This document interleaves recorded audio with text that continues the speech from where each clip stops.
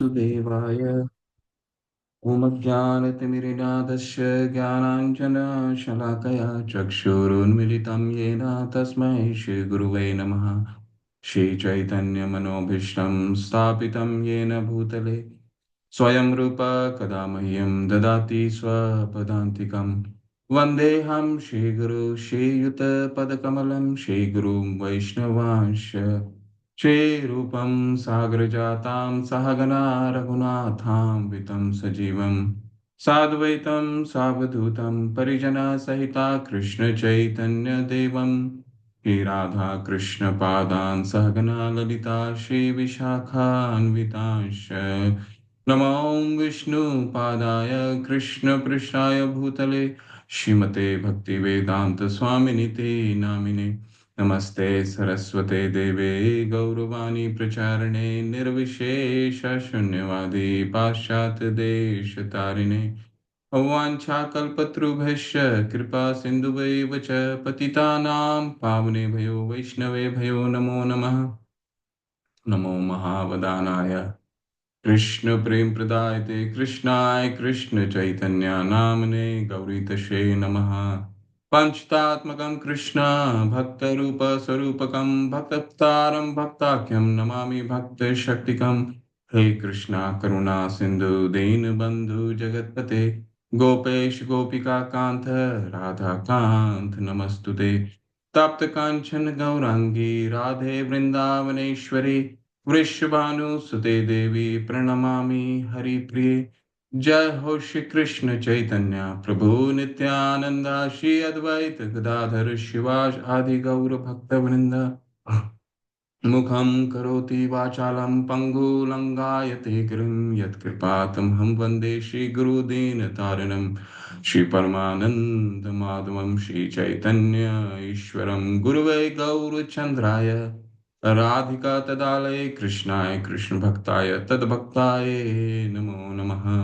हरे कृष्णा कृष्ण कृष्ण हरे हरे हरे राम राम राम हरे हरे।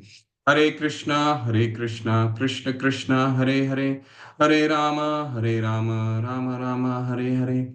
हरे कृष्णा कृष्ण कृष्ण हरे हरे हरे राम राम राम हरे हरे। हरे कृष्ण, आप सभी का हार्दिक स्वागत है।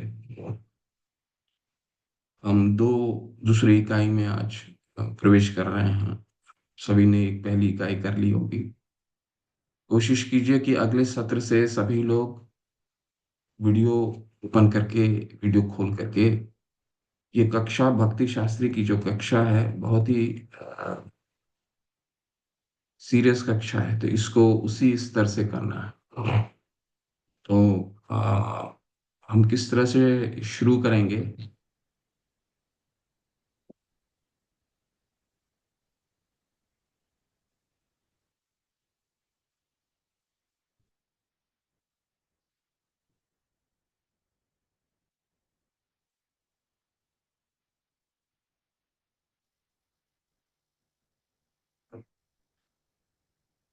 सर्वप्रथम आपके जितने श्लोका हैं उस श्लोका को हम पढ़ेंगे। हम्म, और ये श्लोका जब तक ये सत्र चलेगा तब तक ये श्लोका हम पढ़ेंगे। आप सबको स्मरण हो जाए ऐसा हम कोशिश करेंगे कि ये श्लोक जो हैं, जो आपके इस इकाई में 14 श्लोक हैं, और ये 14 के 14 श्लोक आपको स्मरण हो जाने चाहिए जब तक हम ये इकाई संपन्न करते हैं। तो इसको कैसे शुरू करेंगे? मैं इसका उच्चारण करूंगा और आप म्यूट में इसको मेरे साथ उच्चारण करने का प्रयास कीजिए। ठीक है? और कोशिश करते रहिए। जब हम 9वें अध्याय तक पहुंच जाएंगे तब तक आप सबको एक थोड़ा सा रिदम में बैठ जाएंगे। आप सबको रिदम में बैठ जाएगा तो फिर एक एक को फिर हम मौका देंगे, ताकि जब तक ये संपन्न हो जाए तो आप लोग को श्लोका जो आपका श्लोका का टेस्ट आता है, उस टेस्ट में आप सबको सभी को पूरे नंबर आने चाहिए, ऐसा हम कोशिश करेंगे। ठीक है? हरी हरी। 14 श्लोक हैं इस इकाई 2 के। चलिए शुरू करते हैं। पहले अप्रियम अप्रेयम् इतस्त्वन्या प्रकृतिं विद्धि मे परां जीवभूता महाबाहो ययेदं धार्यते जगत्। अप्रेयमितस्तन्या प्रकृतिं विद्धि मे परां जीवभूता महाबाहो ययेदं धार्यते जगत्। देवी हि ऐषी गुणमयी मम माया दुरत्यया माम् एव ये प्रपद्यन्ते मायामितां तरन्ति ते। देवी हि ऐषी गुणमयी मम माया दुरत्यया माम् एव ये प्रपद्यन्ते मायामितां तरन्ति ते। बहुनां जन्मनामन्ते ज्ञानवान् मा प्रपद्यते वासुदेवः सर्वमिति स महात्मा सुदुर्लभः। बहुनां जन्मनामन्ते ज्ञानवान् मा प्रपद्यते वासुदेव सर्वमिति स महात्मा सुदुर्लभः।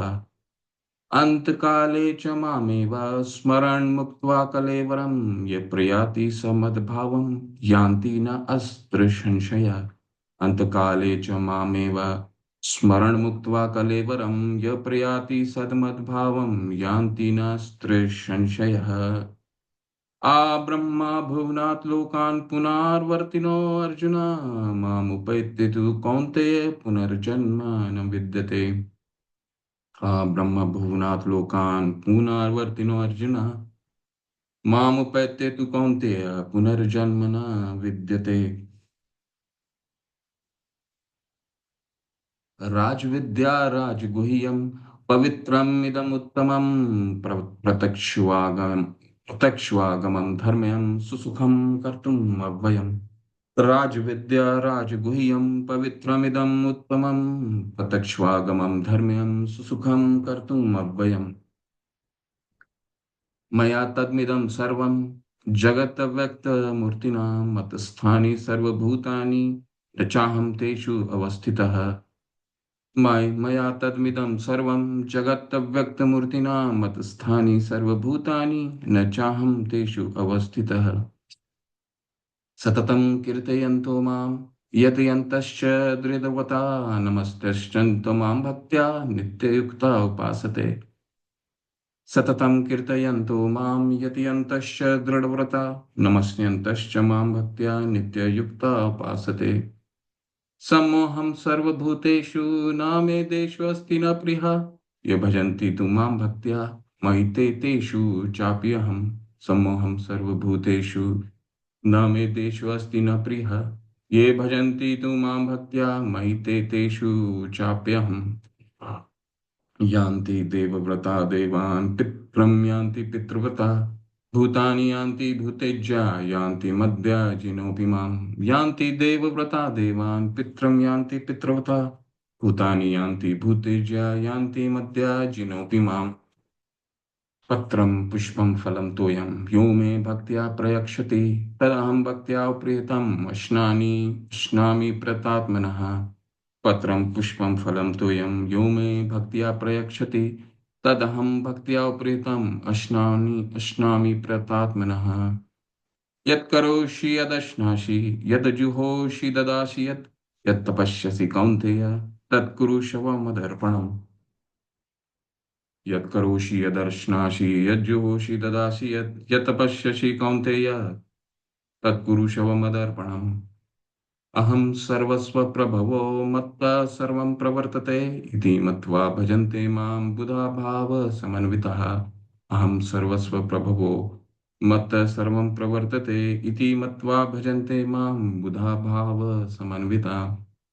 तेषां सततयुक्तानां भजतां प्रीतिपूर्वकं ददामि बुद्धियोगं तं येन माम् उपयान्ति ते। तेषां सततयुक्तानां भजतां प्रीतिपूर्वकं ददामि बुद्धियोगं तं येन मामुपयान्ति ते। हरे कृष्ण कृष्ण कृष्ण हरे हरे हरे राम राम राम हरे हरे। हरे कृष्ण कृष्ण कृष्ण हरे हरे हरे राम राम राम हरे हरे। हरे कृष्णा आप सभी को।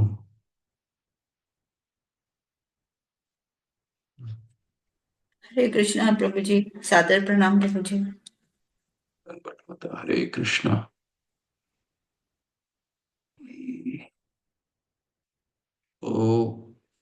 हम इस पाठ्यक्रम को किस तरह से शुरू करेंगे? दो तरीके से हम पढ़ने का प्रयास करेंगे। आप सभी के पास भगवत गीता यथारूप है, किताब। अब सब सारे ग्रंथ अपने सामने रख लीजिए, सभी ग्रंथ को खोल लीजिए। हम कोशिश करेंगे कि दो तरीके से हम पढ़ें।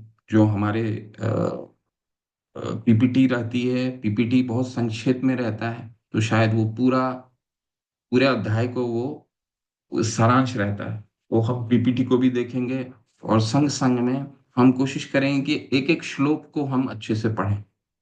अगर पूरा श्लोक हम नहीं भी पढ़ पाए पूरे अनुवाद को, तो अनुवाद के तात्पर्य के कुछ कुछ मुख्य सिद्धांत, वैसे तो शिला प्रभुपाद के सारे तात्पर्य के शब्द सोने के समान है, परंतु हम कुछ मुख्य मुख्य सिद्धांत हर तात्पर्य से उठाएंगे, उसको समझेंगे, उसको चर्चा करने का प्रयास करेंगे। हरे कृष्णा कृष्ण कृष्ण हरे हरे, शिला प्रभुपाद की जय। वांछा तो इकाई 2 में आप सभी का हार्दिक अभिनंदन है। हम इस इकाई में 7 से 12 अध्याय तक करेंगे। भगवत गीता के 3 भागों में बांटा गया है। पहले 6 अध्याय, दूसरे 6 अध्याय और तीसरे 6 अध्याय। असल में इस किताब की तरह ही 2 सख्त कवर हैं और बीच में सामग्री है। ठीक है, तो श्रील प्रभुपाद समझा रहे हैं कि ये जो हम ये 6 अध्याय पढ़ने वाले हैं, वो 6 अध्याय इस पूरे ग्रंथ का सार है। तो पहले 6 अध्याय और अंतिम के 6 अध्याय, आपके मन में ये प्रश्न आएगा, जब सार है तो आगे फिर पढ़ना क्या रह जाएगा? 13 से लेकर के 18 की फिर क्यों हम पढ़ें? 7 से लेकर के 12 तक ही पठन करके समाप्त कर देंगे। तो पहले 6 अध्याय और जो अंतिम के 6 अध्याय हैं, वो बीच के जो 6 अध्याय हैं उसको सहायक होते हैं। अब उदाहरण के रूप में आप मान लीजिए एक मिठाई की दुकान में जाते हैं मिठाई खाने के लिए, और मिठाई सिर्फ हाथ में नहीं लेते हैं, उसके लिए आपको क्या लगता है? सामने वाला प्लेट भी देता है, तो प्लेट की आवश्यकता है। उसी तरह पहले 6 अध्याय और बाकी के जो 6 अध्याय हैं, इस अध्याय को भगवत गीता के जो सार तत्व है, उस सार तत्व को सहायक बनते हैं, सहायता करते हैं। तो पहले 6 अध्याय वे 2 आवरणों की तरह हैं, कर्म योग और ज्ञान योग, और बीच के जो 6 अध्याय हैं अच्छी तरह से संरक्षित यही भक्ति योग है। और जो आपने 6ठे अध्याय में पढ़ा, 6ठे अध्याय में हमने 1 से लेकर के पहला अध्याय क्या है? पहला अध्याय है भगवत गीता की पृष्ठभूमि रखी गई है। दूसरा अध्याय क्या है? दूसरा अध्याय है प्रीफेस। कोई किताब की जो प्रीफेस होती है, अवलोकन होता है, पूरे भगवत गीता में क्या आने वाला है वो दूसरे अध्याय में भगवान ने बताया। ठीक है, लेकिन अर्जुन का एक एक प्रश्न का उत्तर चाहिए था, और विस्तार से समझना था। भगवान ने भगवत गीता दो दूसरे अध्याय में पूर्ण रूप से सब कुछ बता दिया था। कर्म योग बता दिया था, ज्ञान योग बता दिया था, और अंत में बुद्धि योग भी बता दिया था। लेकिन अर्जुन तो क्या है? अर्जुन तो हमारे हमारे लिए समझ रहे हैं। अर्जुन तो नित्य मुक्त पुरुष हैं।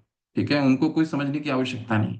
परंतु चूंकि एक रिपोर्टर क्या होता है, एक प्रेस में एक रिपोर्टर होता है, तो वो अपने प्रश्न नहीं करता, पूरे जनता के प्रश्न करता है, ताकि पूरे जनता के पूरे जन सम्मान कल्याण के लिए हो। तो अर्जुन उसी तरह पूरे जन सम्मान कल्याण के लिए वो प्रश्न करते हैं।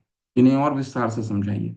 तीसरे से लेकर के 6 अध्याय तक हम कर्मयोग पढ़ते हैं और अंत में ध्यान योग पढ़ते हैं।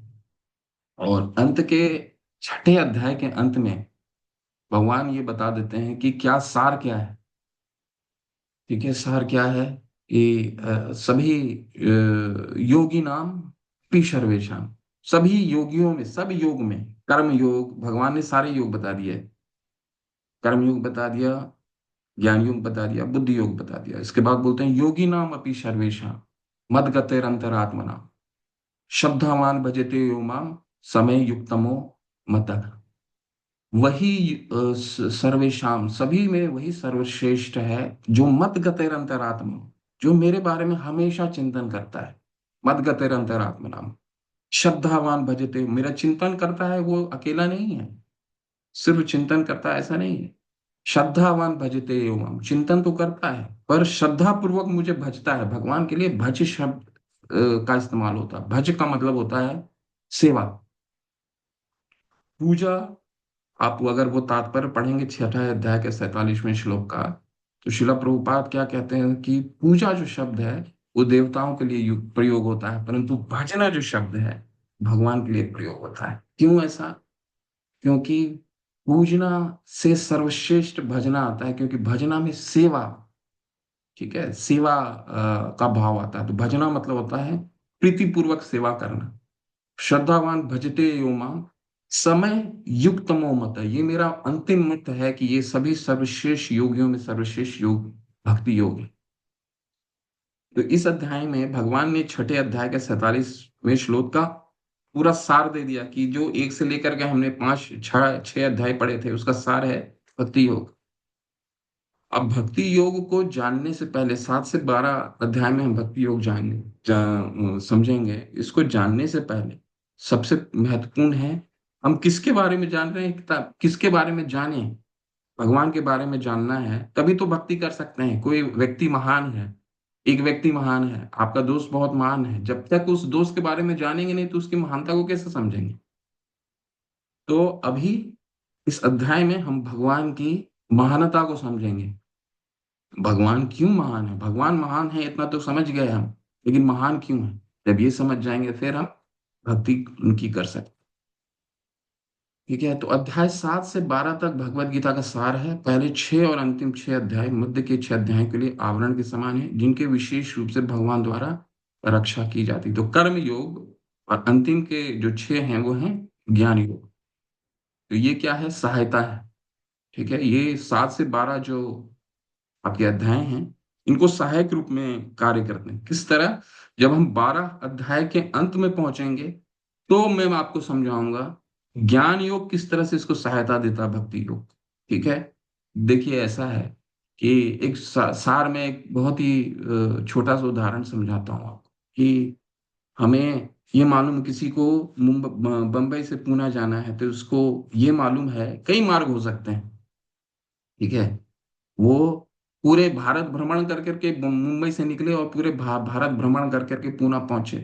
ठीक है, या फिर वो ट्रेन से जाए, प्लेन से जाए, कई मार्ग हो सकते हैं। वो कौन सा मार्ग होगा जो उसको सही दिशा में सबसे कम समय में वो पहुंचा सकता है? तो उद्देश्य तो मालूम है कि पुणे जाना है, पर उद्देश्य को मार्ग प्रशस्त कौन करता है? ठीक है, तो ये दोनों कर्म योग और ज्ञान योग ये मार्ग प्रशस्त करते हैं कि भक्ति योग किस तरह से सर्वश्रेष्ठ रूप में जा सकते हैं, सबसे कम समय में किस तरह से जा सकते हैं। इसलिए ये 2 अध्याय बहुत ही, 2 इकाई भी बहुत महत्वपूर्ण है।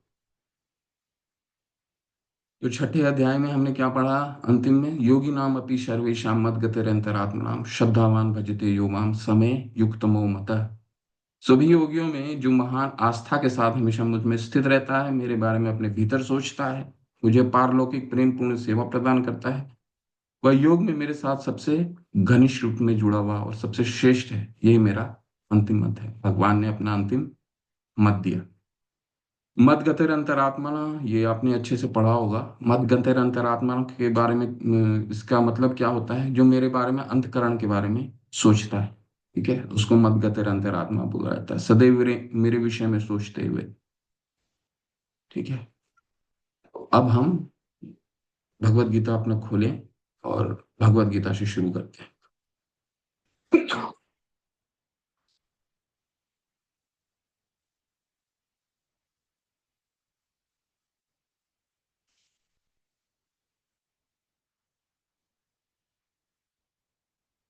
हरे कृष्णा कृष्ण कृष्ण हरे हरे, हरे राम राम हरे हरे, हरे कृष्ण कृष्ण कृष्ण हरे हरे, हरे राम राम राम हरे हरे।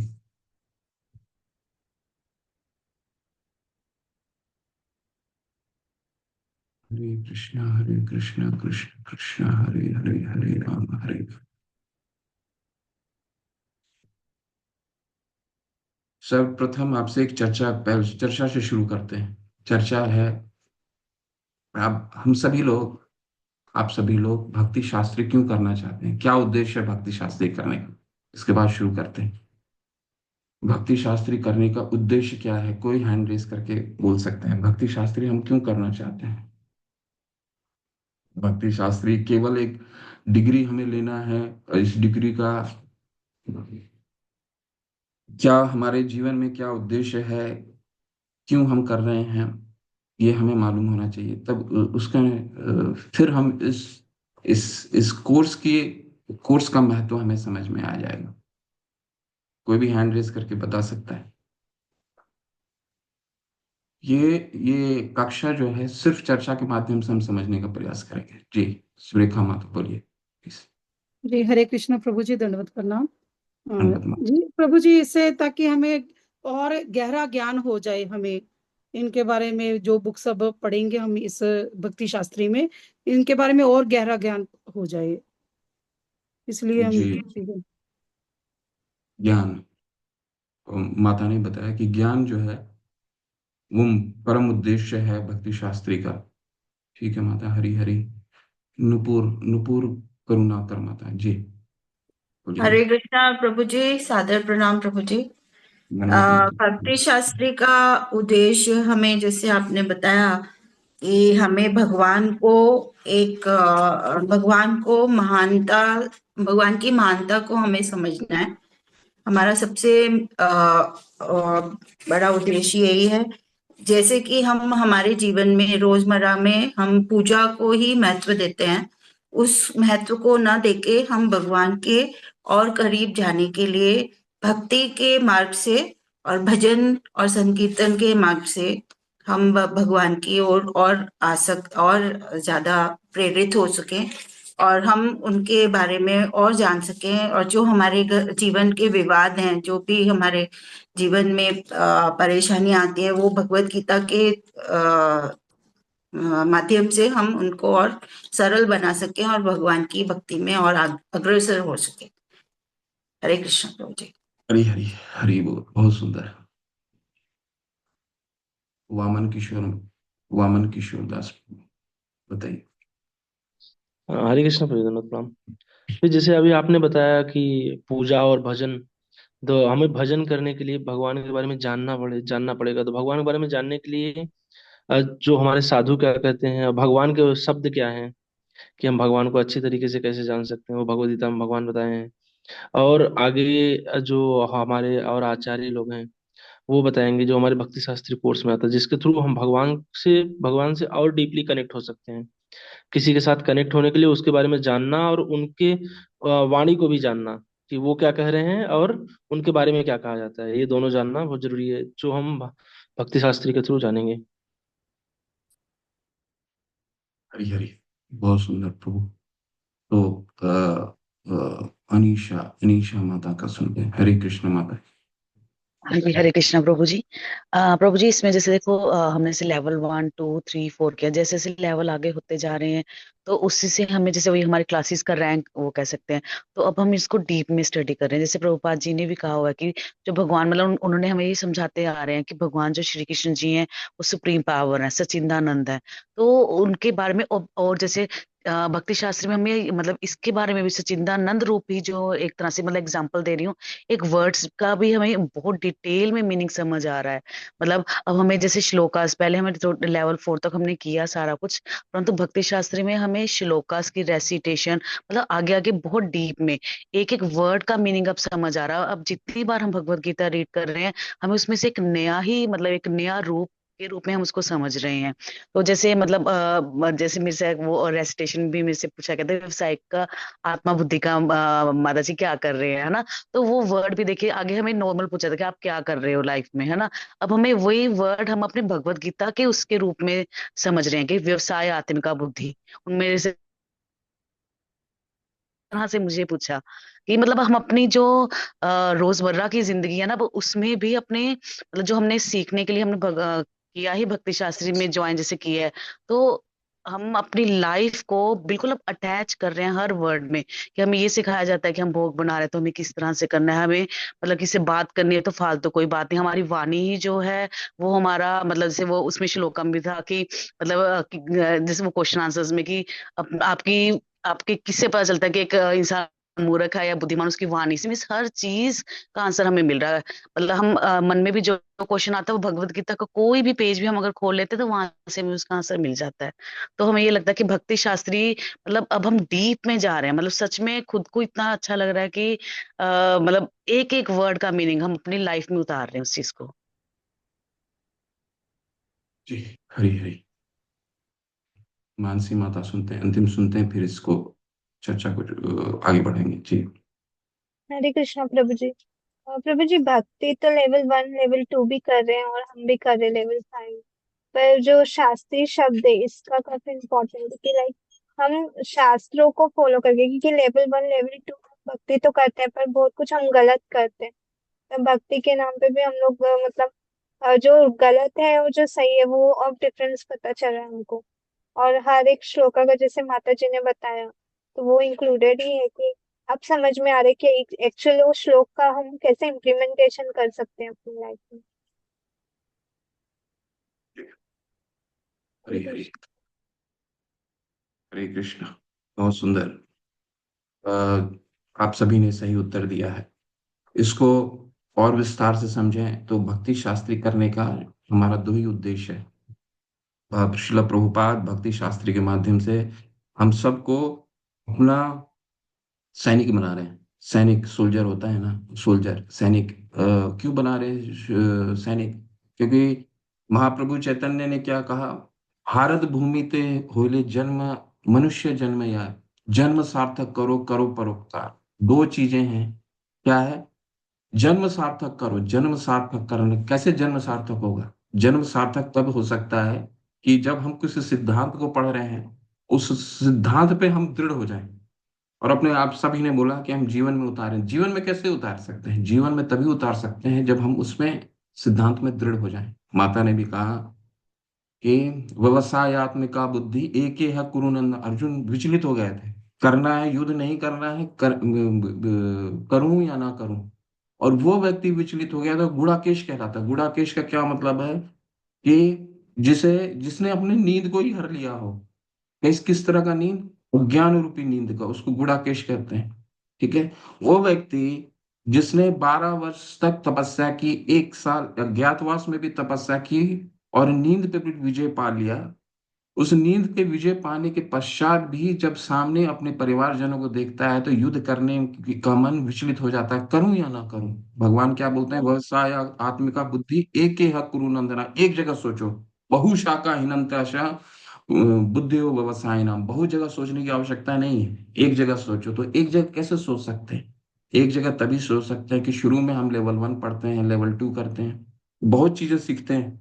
सीखने के पश्चात उस सिद्धांत में हम दृढ़ कैसे हो सकते हैं? तो दृढ़ करने के लिए भक्ति शास्त्री हमारी एकमात्र कोर्स। ये लेवल 1 लेवल 2 लेवल 3 लेवल 4 ये हमें तैयार करवाती है धीरे धीरे धीरे, ताकि हम एक माला से दो माला, दो माला से चार माला, चार माला से 16, 16 माला तक पहुंचे। और 16 माला करने के उद्देश्य को भी समझें। ठीक है, कि सिद्ध इसके पीछे सिद्धांत क्या है। तो जन्म सार्थक जब हम व्यवहार में अपने लाएंगे तभी जन्म सार्थक होगा हमारा। और दूसरा मुख्य उद्देश्य क्या है जिसके लिए मैं आपको बोला सैनिक बता रहे हैं? परोपकार। परोपकार कैसे हो सकता है? परोपकार इस तरह हो सकता है कि आप भक्ति शास्त्री करें और इस शास्त्र को आप दूसरे तक पहुंचाएं। ठीक है, तो ये सबसे बड़ा परोपकार है। सब सब मनुष्य जन्म का सब भगवान कह रहे हैं, महाप्रभु कह रहे हैं कि ये इससे बड़ा कोई परोपकार नहीं है भगवान की वाणी को पहुंचाना। तो वाणी को हम कब पहुंचा सकते हैं? जब खुद उसको व्यवहार में डालेंगे तभी तो पहुंचा सकते हैं। नहीं तो अगर हम अपने जीवन में कुछ व्यवहार में नहीं लेके आ रहे हैं तो कितना भी हम अच्छे वक्ता हों, कितना भी हमारी वाणी बहुत ही अच्छी हो, हमारे कोई अनुसरण नहीं कर सकता, कोई बात को मान ही नहीं सकता जब आप खुद ही जीवन में यत यत कर चरिति शिष्ट तत्त देवित करो जना। भगवान ने क्या कहा 5वें अध्याय में, तीसरे अध्याय में कहा कि जो सर्वश्रेष्ठ पुरस्कार करता है नीचे के लोग सामान्य जन इस तरह ही कार्य करते हैं।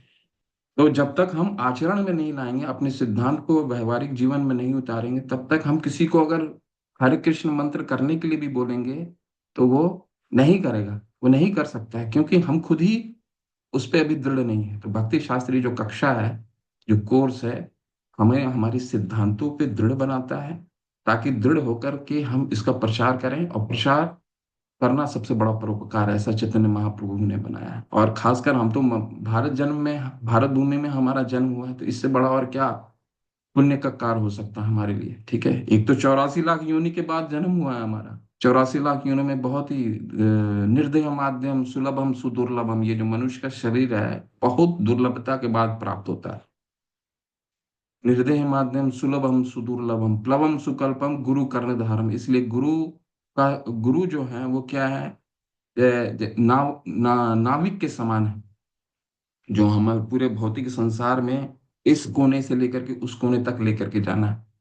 तो इस मनुष्य शरीर को, अगर मनुष्य जन्म को हमें सार्थक बनाना है, तो भक्ति शास्त्री जो है वो हमारे लिए उचित कोर्स है।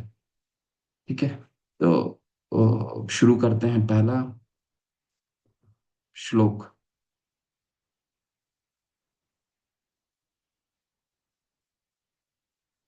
बहुत सुंदर ये अध्याय है। ये अध्याय की पृष्ठभूमि रखती है भक्ति योग का। ठीक है, भगवान महान है, भगवान की शक्तियों के बारे में जानेंगे इस पूरे अध्याय में। भगवान क्यों कैसे महान हो गए, ठीक है, तभी हम भगवान के प्रति हम हमारी भक्ति में दृढ़, तभी इसलिए कह रहे हैं सिद्धांत में कैसे दृढ़ होंगे, जब किसी को हम और अच्छे से जानेंगे वो महान क्यों है। श्री भगवान उवाचा, देखिए ये प्रश्न, ये अध्याय शुरू भगवान की वाच अर्जुन के प्रश्न से नहीं होता है। जो अध्याय अर्जुन के प्रश्न से शुरू होता है, उससे भी महत्वपूर्ण अध्याय वो होता है जो बिना प्रश्न उत्तर से ही भगवान शुरू करते हैं। श्री भगवान उवाचा मय्या सप्तमना पार्थ योगम युंजम मदाशय असंशयम समग्रम माम यथा ज्ञाससि तत्शिनु, मुझसे अब सुनो तत्शिनु। क्या है, श्री भगवान ने कहा, हे पृथा पुत्र। पृथा पुत्र क्यों कहा जाता है अर्जुन को, क्योंकि पृथा जो है उनके माता का नाम था। ठीक है, इसलिए पृथा पुत्र, कुंती का नाम पृथा था। अब सुनो, अब सुनो कि तुम किस तरह मेरी भावना से पूर्ण होकर मन को मुझ में आसक्त करके योगाभ्यास करते हुए मुझे पूर्णतया संशय रहित जान सकते हो। तो छठे अध्याय के अंत में भगवान ने क्या बताया, मद गतेर अंतरात्मना, जो मेरे बारे में निश्चय, जो हमेशा मेरा चिंतन कर सकता है। अब उससे एक, अगर जो मेरे बारे में हमेशा चिंतन कर सकता है, वो क्या है, वो मेरी भावना में पूर्ण होकर मुझे आसक्त, मुझे सुन सकता है। सुनने का बहुत ही, पूरे शास्त्रों में सुनने का बहुत बड़ा इसका बहुत मान्य है। सुनने को बहुत प्राथमिकता दी गई है, भगवान स्वयं प्राथमिकता दी, भगवान ने प्राथमिकता दी है। क्यों ऐसा, भगवान क्यों प्राथमिकता दिया है सुनने को, कि और भी तो 9 विधियां हैं, आपने सबने सुना होगा।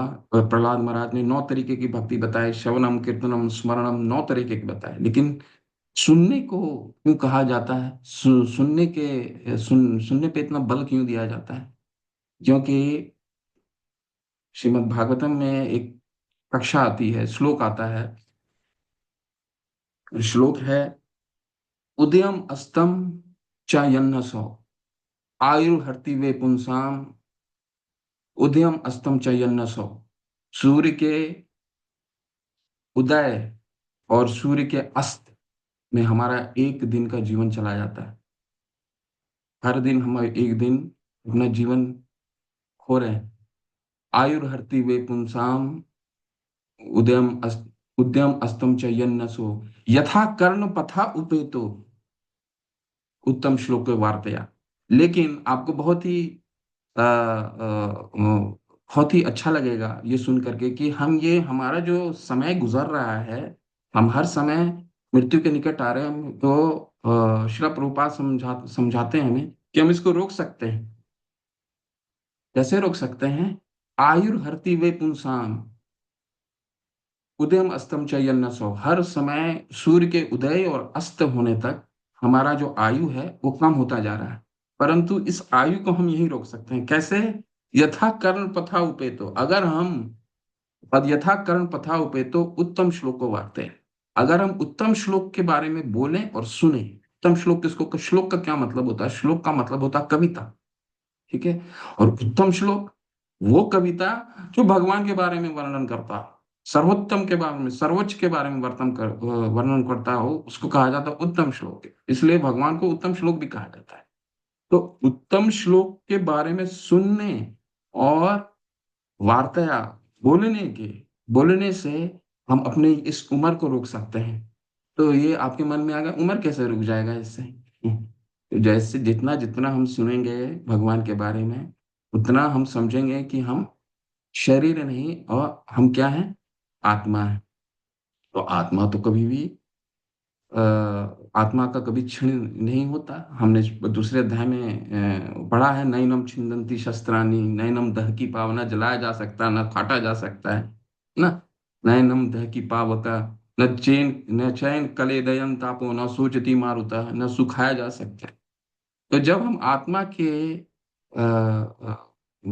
स्तर पे आकर के अपने आप को देखेंगे, तो हमारा मृत्यु वहीं रुक जाएगी ना। जब तक शारीरिक स्तर पे देख रहे हैं तो आयु हरति वे पुंसम, तब तक आयु तो हर ही रहा है। ठीक है।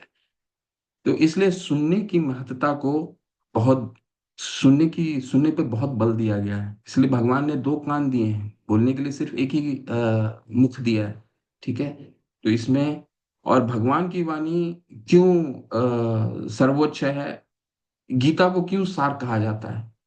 बाकी के जितने शास्त्र हैं, वो देखिए, आप आपके बारे में अगर किसी को जानना है तो क्या होगा, कई लोग आपके बारे में बता सकते हैं, आपके रिश्तेदार, आपके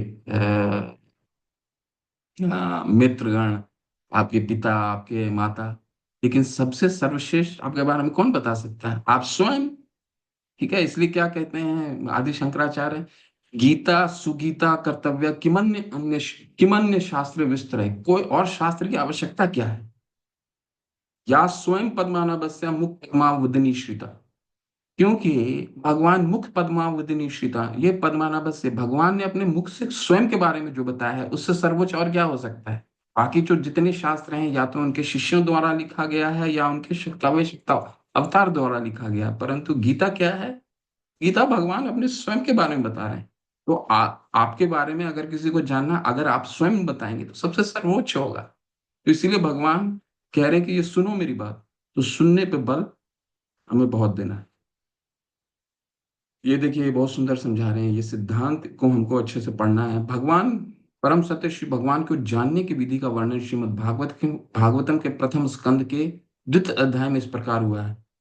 ये 4 श्लोक इतने सुंदर श्लोक हैं। श्रृण्वतां स्वकथा कृष्णा पुण्य सर्वं कीर्तनाम हृदयन्तस्तो हि अभद्राणि विधनोति सुहृत् सतां नष्ट प्रायेषु अभद्रेषु नित्यं भागवत सेवया भगवते उत्तमा श्लोके भक्तिर्भवति नैष्ठकी तदा रजस्तमो भावा कामालोपादयाश्च चेतयेतरनाविद्धं स्थितं सत्त्वे प्रसीदति एवं प्रसन्न मनसो भगवत भक्ति योगतः भगवत तत्व विज्ञानं मुक्त संगस्य जायते विद्यते हृदय ग्रंथि छिन्दन्ते सर्व संशया क्षीयन्ते च यस कर्माणि दृष्टेवात्मनीश्वरे। सुनने की क्या महत्वता है, सोचिए। शृण्वताम स्वकथा कृष्ण, सुनने मात्र से किसका? स्वकथा, भगवान की कथा सुनने में। पुण्य श्रवण कीर्तना हृदयंतस्तो ही अभद्राणी विधुनोति सुहृत सताम।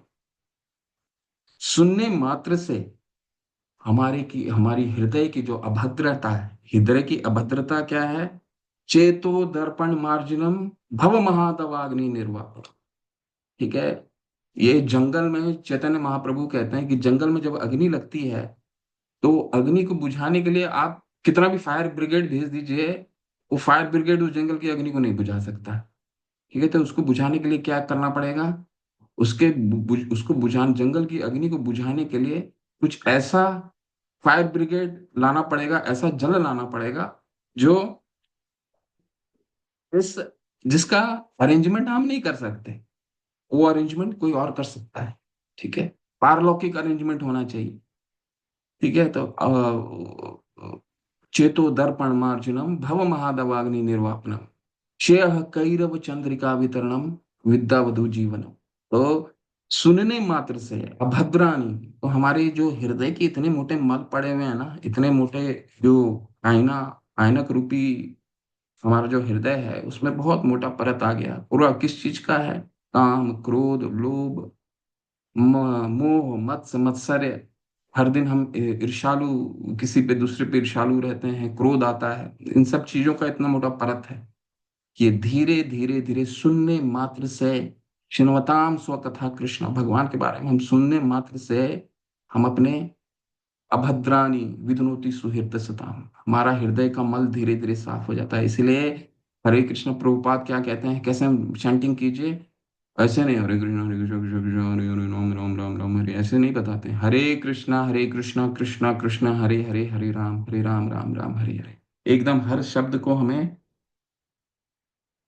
एक एक शब्द को सही से सुनना है। अगर जितना हम सुनेंगे अच्छे से, हमारा हृदय उतना शुद्ध होता जाएगा।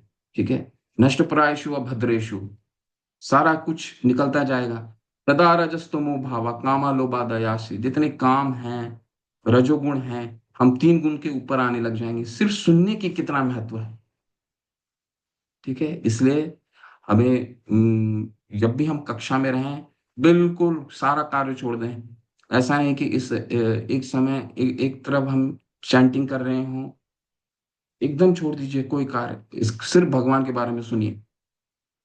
हमें भगवान के बारे में सुनने का ही बहुत महत्व है। क्या महत्व है? एवं प्रसन्न मनसो, हमारा मन प्रसन्न हो जाता है। ठीक है। क्यों प्रसन्न हो जाता है? क्योंकि हम अपना अ, अ,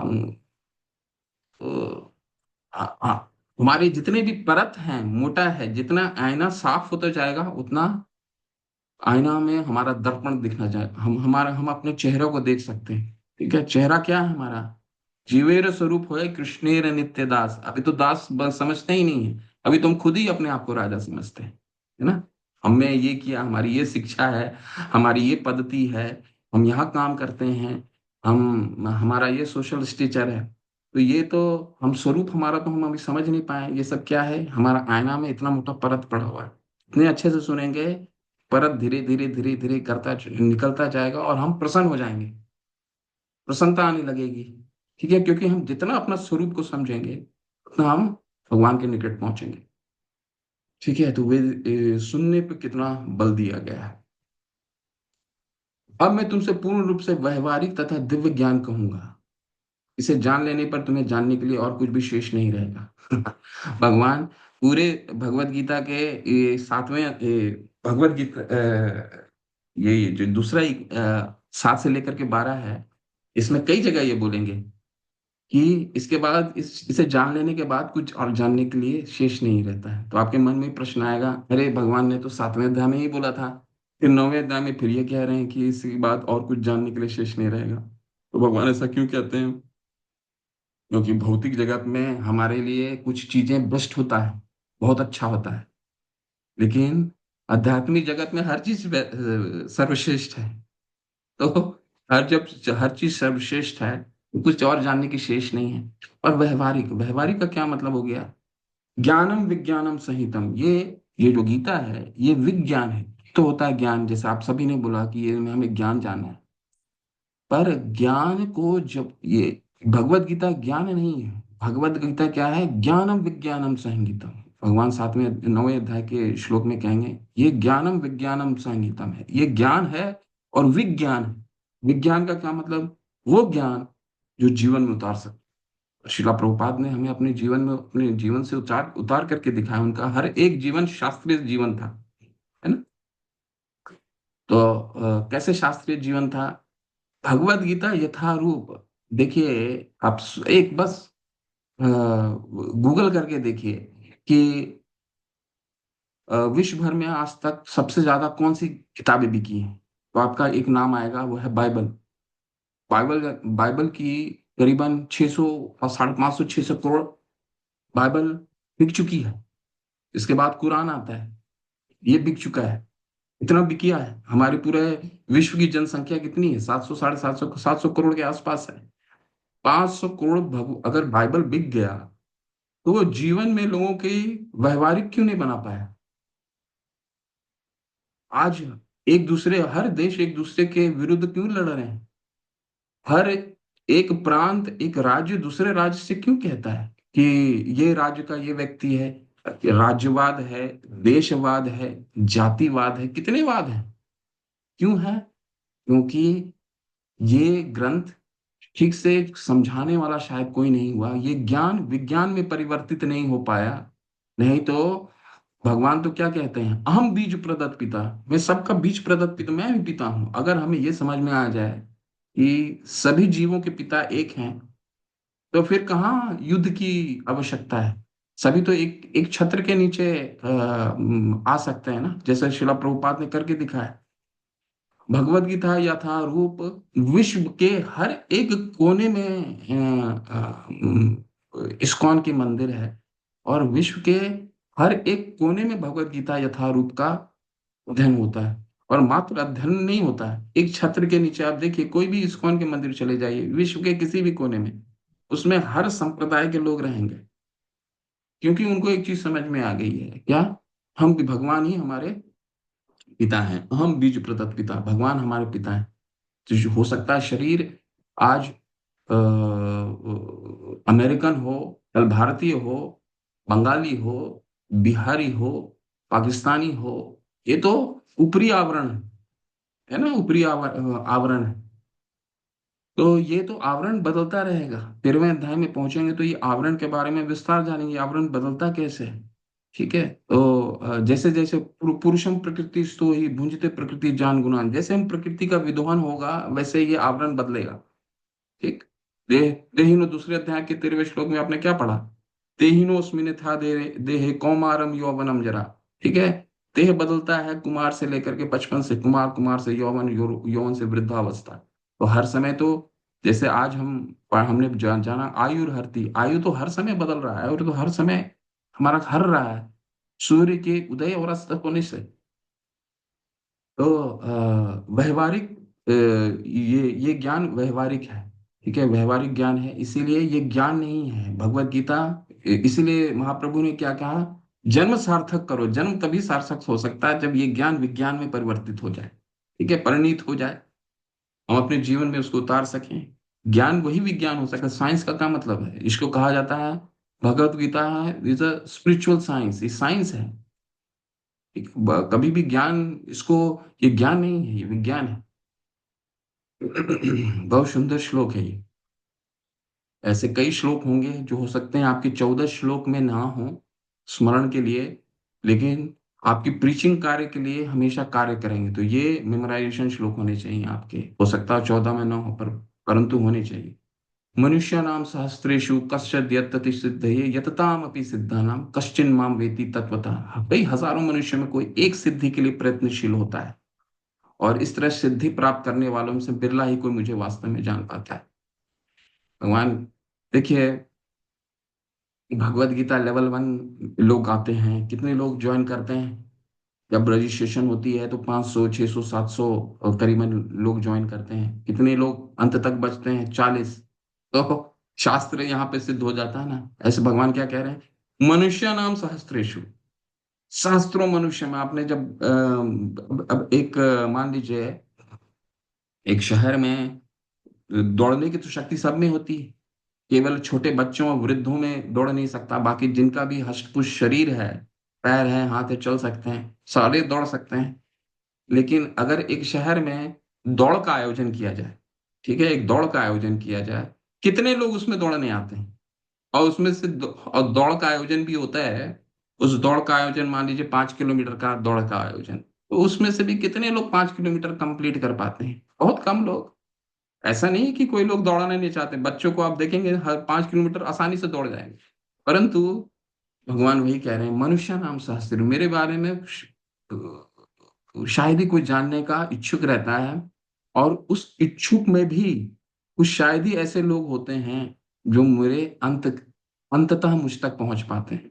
ठीक है, इसमें बहुत अच्छे सिद्धांत है, ये देखिए, कुछ ये अंडरलाइन कर लीजिए सिद्धांत को। कृष्ण भाव भगवान समस्त कारणों के कारण आदि पुरुष गोविंद है, ईश्वर परम कृष्ण सच्चिदानंद विग्रह अनादिर आदिर गोविंद सर्व कारण कारण, सभी कारणों के कारण है भगवान। क्यों, कैसे सभी कारणों के कारण है, हमारे पिता, हमारे कारण कौन है, हमारे माता पिता, हमारे माता पिता के कारण कौन है, उनके माता पिता। और ये कारण जहां करके रुकता है वो भगवान पे रुकता है, इसलिए उनको कहा जाता है सर्व कारण कारण। हमारे माता पिता के माता पिता, उनके माता पिता के उनके माता पिता उनके कारण हुए, और ये श्रृंखला जहां जाके रुकती है उसे सर्व कारण कारणम कहा जाता है। इसलिए भगवान सभी कारणों के कारण है। यद्यपि भक्तगण अभक्तगण ये घोषित करते हैं कि भक्ति का मार्ग सुगम है, किंतु वे इस पर चलते नहीं। यदि भक्ति मार्ग इतना सुगम है जितना अभक्तगण कहते हैं, तो फिर वे कठिन मार्ग क्यों ग्रहण करते हैं?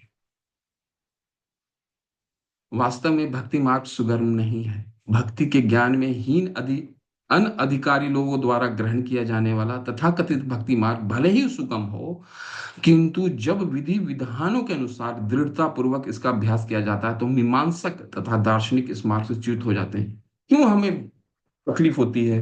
भगवान क्यों कह रहे हैं मनुष्य नाम बहुत सहस्त्र मनुष्यों के प्रयास करता है, उसके कुछ ही लोग मुझ तक जान पाते हैं और अंत तक मुझ तक समझ। ऐसा क्यों बोलते हैं भगवान? इसीलिए बोलते हैं कि जब आपने तीसरे स्तर में आप पहुंचे होंगे, तो हमने लेवल 3 में भक्ति रसामृत सिंधु पढ़ा। भक्ति रसामृत सिंधु में रूप गोस्वामी पाद ने 64 विधि बताई थी। 64 विधि बताई थी कि भक्ति करें कैसे। भगवान छठे 18वें अध्याय के अंत में बता देंगे, सर्वधर्मान परित्यज्य माम एकम शरणम व्रज। तुम मेरे शरण में आओ, तुमको गारंटी देता हूं कि तुम्हारा पाप, सारे पापों को क्षय हो जाएगा। लेकिन भगवान के शरण तक पहुंचने के लिए बहुत ही प्रयास करना पड़ेगा। कैसे? 64 विधि बताए हैं रूप गोस्वामी पाद ने। 64 विधि में से पहला जो 10 है बहुत महत्वपूर्ण। गुरु आश्रय, गुरु पदाश्रय, फिर गुरु से दीक्षा लेना, उनसे उनसे भक्ति करना सीखना। ठीक है, ऐसे कई हैं। तो लोगों को जो वैदिक भक्ति है, ठीक है, सबसे पहला भक्ति याद वैदिक भक्ति होता है। वैदिक भक्ति साधना भक्ति में सबसे पहला भक्ति आता है वैदिक भक्ति। वैदिक भक्ति के नियम बहुत कठिन लगते हैं। ठीक है, सुबह जल्दी उठना, 16 माला करना। ठीक है, तो ये कठिन लगता है। तो यहीं पर श्रील प्रभुपाद समझा रहे हैं कि ये तथाकथित भक्ति मार्ग भले ही सुगम हो, है बहुत सरल। 8वें अध्याय में भगवान बताएंगे कि ये बहुत सुगम है, भक्ति करना बहुत सुगम है। लेकिन अगर हम वैदिक भक्ति के नियमों का पालन करें, सुबह जल्दी उठें, मंगल आरती करें, 16 माला, हमारे जैसा आचार्य ने जो हमारे लिए फॉर्मूला दे दिया है, 16 माला करें। ठीक है, मंदिर का प्रोग्राम को हम करें, अपने लिए समय निकालें, अध्ययन करने के लिए आधा घंटा 1 घंटा जितना भी समय बचता हो हमारे लिए अध्ययन करें।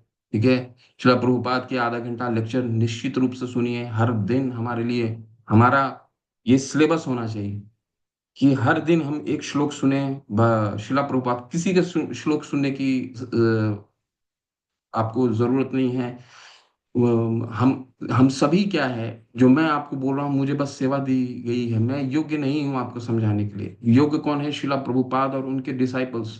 उनके लेक्चर सुनिए, 20 मिनट 25 मिनट उनके लेक्चर सुनिए, उसको अच्छे से सुन करके उससे क्या आपने निकाला है वो नोट कीजिए, और अगले दिन फिर नया श्लोक सुनिए।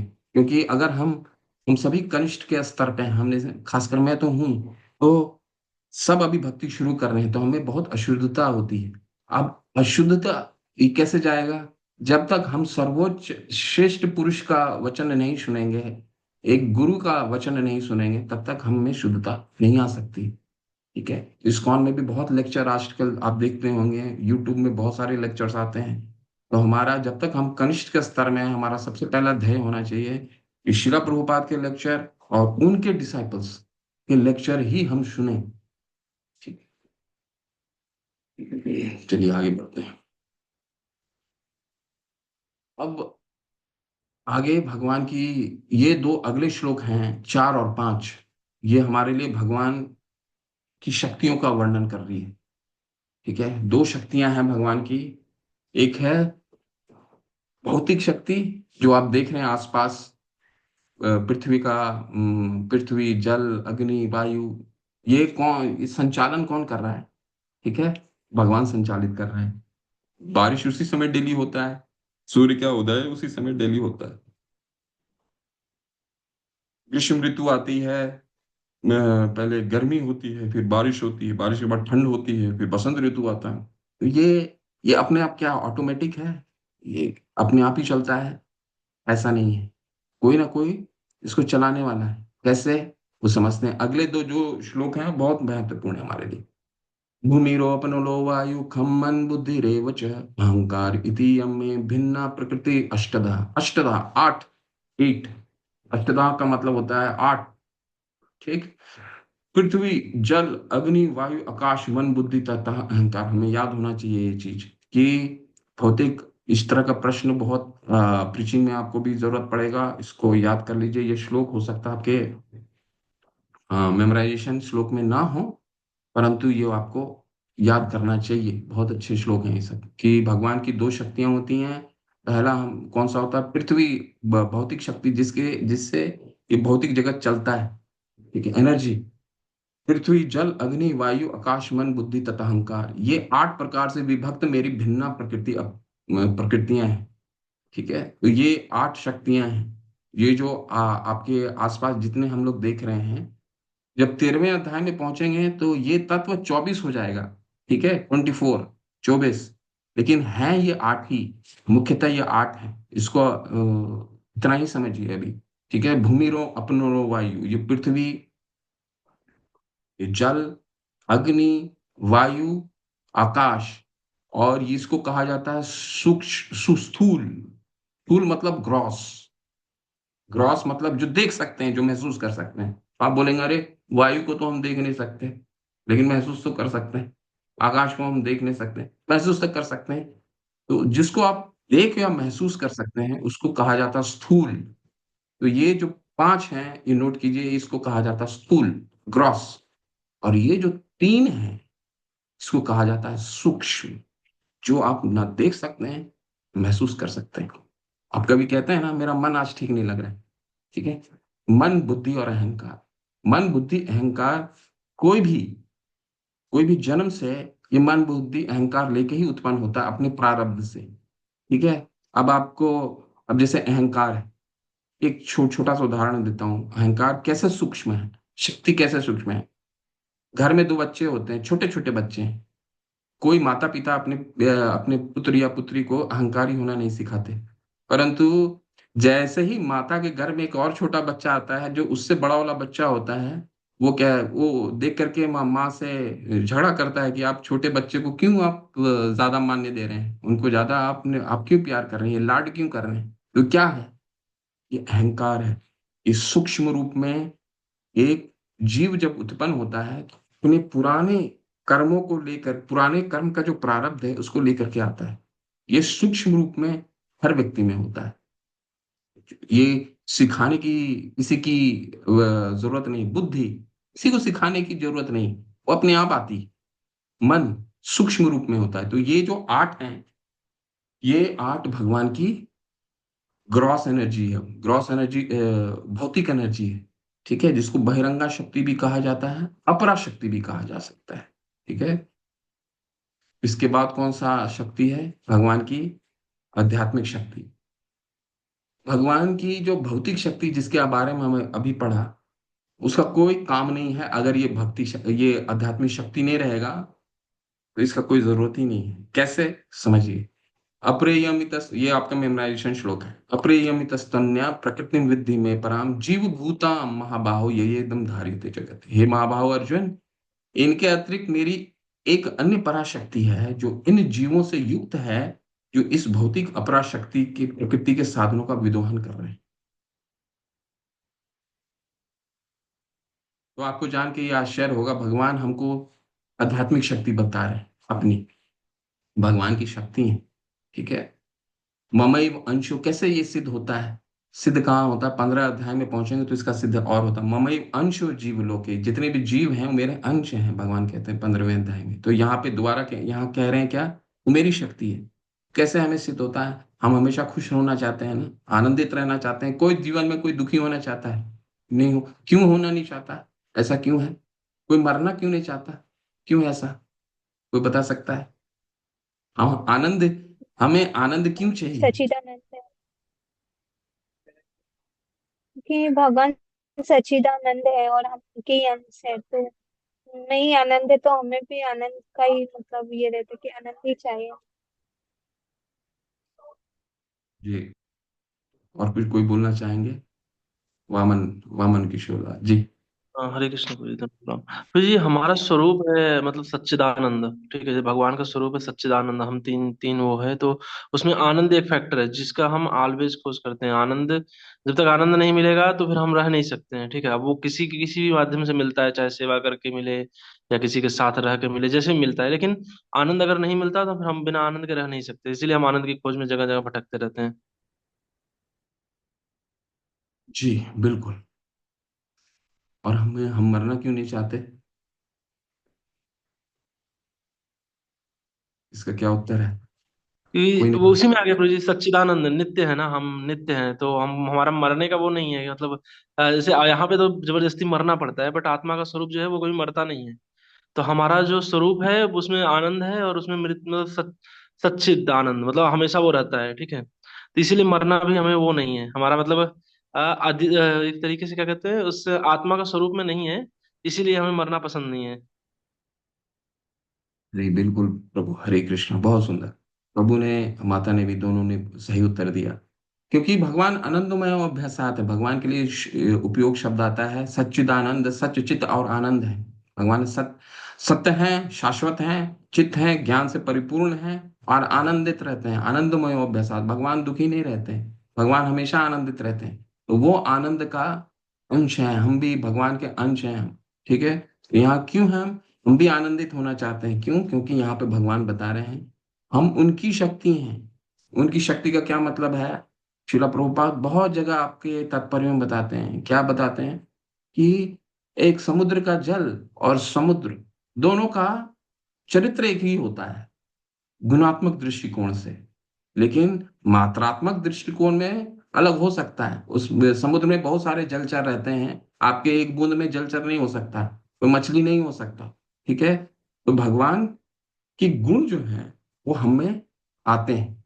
ठीक है, वो इसलिए आते हैं क्योंकि हम भगवान की पराशक्ति हैं। मरना भी क्यों नहीं चाहते? प्रभु ने सही उत्तर दिया। क्या बताते हैं? कि क्योंकि हम सत हैं। हम भी आत्मा के स्तर पे नहीं सोचते हैं, इसीलिए अ, हम कभी भी मरना नहीं चाहते। मृत्यु तो शरीर की होती है, वो हर पल हो रहा है। ठीक है, तो ये हमारी, क्योंकि हम भगवान की शक्ति हैं, इसीलिए हम आनंदित रहना चाहते हैं और इसीलिए हम मरना भी नहीं चाहते। ठीक है। और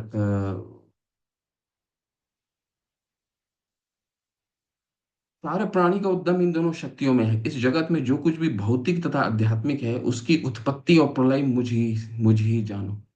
ठीक है, तो सारे प्राणियों का उद्गम इन दोनों शक्तियों में, इसके अलावा कोई शक्ति नहीं है। ठीक है, यही दो शक्ति में जो भौतिक जगत का संचालन करता है, जो 14 जगत देख रहे हैं, ये सारे 14 जगत का संचालन करता है ये। और इसके बाहर जो परम पर व्योम है, ठीक है, पर व्योम कौन सा? ये 14 जगत के बाहर पर व्योम जो है, वो उसका भी संचालन भगवान की आध्यात्मिक शक्ति करती है। मत्तः परतरम अनन्यत् किंचिदस्ति धनंजय मयि सर्वमिदं प्रोतं सूत्रे मणिगणा इव। ये भी आपके मेमोराइजेशन श्लोक होने चाहिए। मत्तः परतरम अनन्यत्, मेरे से बड़ा कोई सत्य नहीं है। हे धनंजय, मुझसे श्रेष्ठ कोई सत्य नहीं है। तो मायावादी, निर्विशेषवादी आप लोग अब तक जान गए होंगे, ऐसा कोई तात्पर्य नहीं होता है जिसमें शिला प्रभुपाद निर्विशेषवादी और मायावादी का जिक्र नहीं करते हैं। क्यों? क्योंकि निर्विशेषवादी क्या कहते हैं कि ये जगत मिथ्या है। शिला प्रभुपाद समझाते हैं जगत मिथ्या नहीं है, जगत टेम्पररी है, अशाश्वत है। ठीक है, तो शाश्वत कौन है? मुझसे बड़ा कोई सत्य नहीं, भगवान यहाँ अपने बारे में बता रहे। मत्त परतरम अनन्यत किंचित, इसको अंडरलाइन कर लीजिए। किंचित दस्ति धनंजय।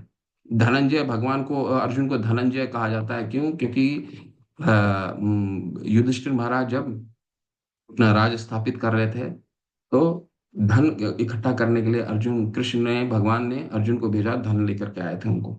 ठीक है, तो इस अर्जुन को धनंजय कहा जाता है। किंचित अस्ति धनंजय, यानी कि मेरे से बड़ा कोई सत्य नहीं है।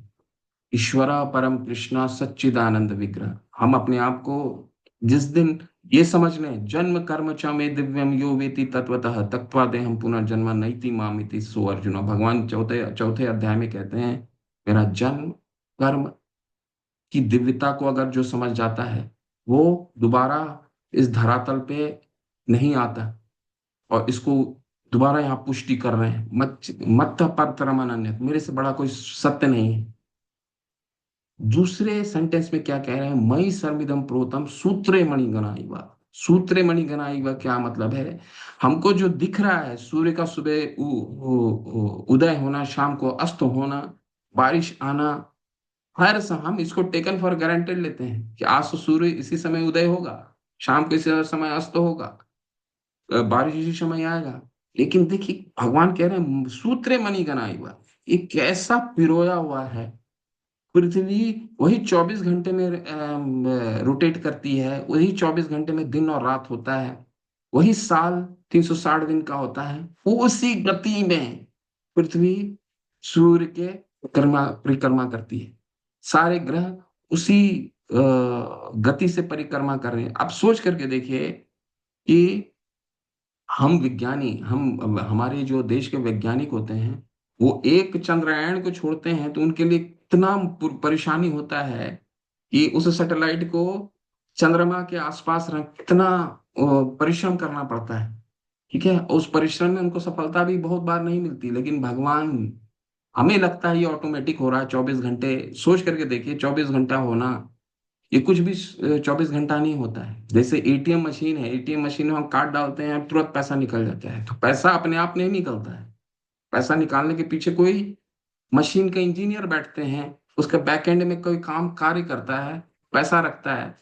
ठीक है, उसको ऑटोमेटेड टेलर मशीन बोला जाता है, परंतु वो ऑटोमेटिक नहीं होता है। तो ये जो प्रकृति है वो ऑटोमेटिक नहीं चल रही। कई पंथ के लोग बोलते हैं ये ऑटोमेटिक है जी, अपने आप बारिश होता है, अपने आप लोगों का जन्म होता है, जीव अपने आप, जीव की उत्पत्ति भी अपने आप होती है। भगवान ये कह रहे हैं यहाँ पे, ये सिद्ध कर रहे हैं, ये मेरे द्वारा और मेरे से बड़ा कोई सत्य नहीं है, और ये कोई भी चीज ऑटोमेटिक नहीं है। ये मैं इस तरह पिरोया हुआ हूं। जब आप एक माला होता है, माला में देखेंगे आप कि मोतियां दिखती हैं, लेकिन उसके भीतर के धागे नहीं दिखते। तो इस तरह भगवान ने इस पूरे प्रकृति को पिरोया हुआ है, हर जगह पिरोया हुआ है कि हमें मोतियां तो दिखती हैं, सूर्य का उदय तो दिखता है, लेकिन उसके पीछे की शक्ति, जो ये धागा है, वो नहीं दिखता।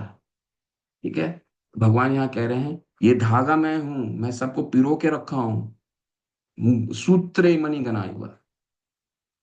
ठीक है, बहुत सुंदर श्लोक है, इसको अच्छे से अध्ययन कीजिए। तात्पर्य में बहुत श्रील प्रभुपाद समझाए हैं।